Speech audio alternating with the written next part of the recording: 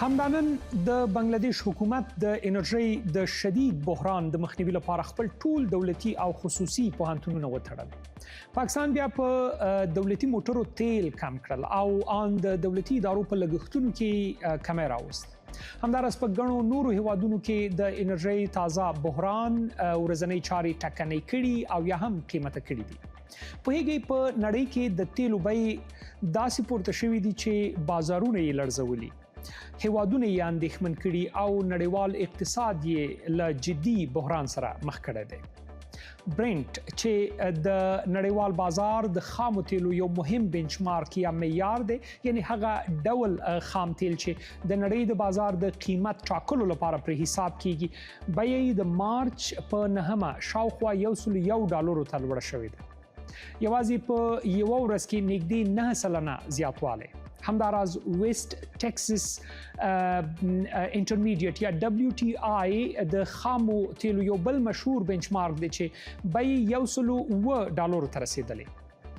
نږدې 14% لوړوالی پکې ښودل شوی او حیرانتیا دا ده چې ځینې بازارونو کې WTI تر $119 پورې لوړ شوی دی.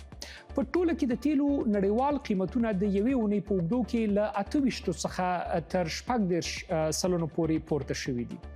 دا یوازې د څو ډالرو زیاتوالی نه دی، دا د ورځې په کچه د ټانکرونو، فابریکو او حتی د خلکو پر جیبونو او دسترخوانونو د منفي تاثر معنا لري.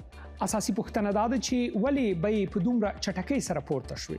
یو مهم فاکټور د ایران جګړه ده چې د تیلو د نړیوالو بازارونو پر وړاندې جدي بدلون رامنځته کړی دی. امریکا او اسرائیل د ایران پر مهمو پوځي او اټومي تاسیساتو پراخ بریدونه کړي.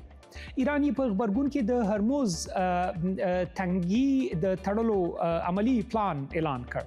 هغه تنګی چې د نړۍ 60% تیل ترې تیریږي. دا مهال د دې مهمې لارې ټرافیک 80% راکم شوي دي او یوازې په شمار ایران پورې تړلي یا چینایي ټانکرونه پرې تیریدلی شي.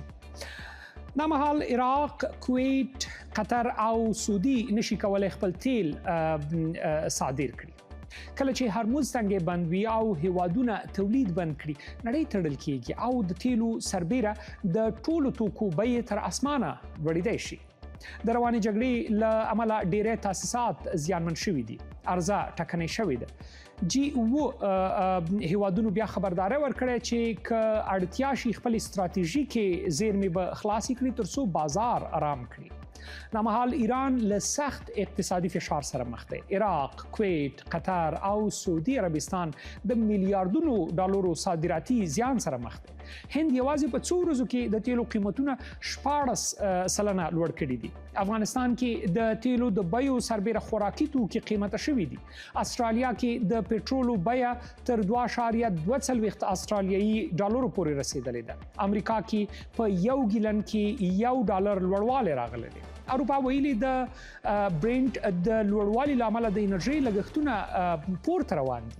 دا هغه بحران دی چې یوازې په تیلو نه تمامیږي، بلکې په اقتصاد، په بازارونو، په فابریکو او په هرې هغه کورنۍ اغیز کوي چې خپل موټر چلوي او یا هم د برېښنا او خوراکي بیو لوړېدونکي بیلونه پرې کوي.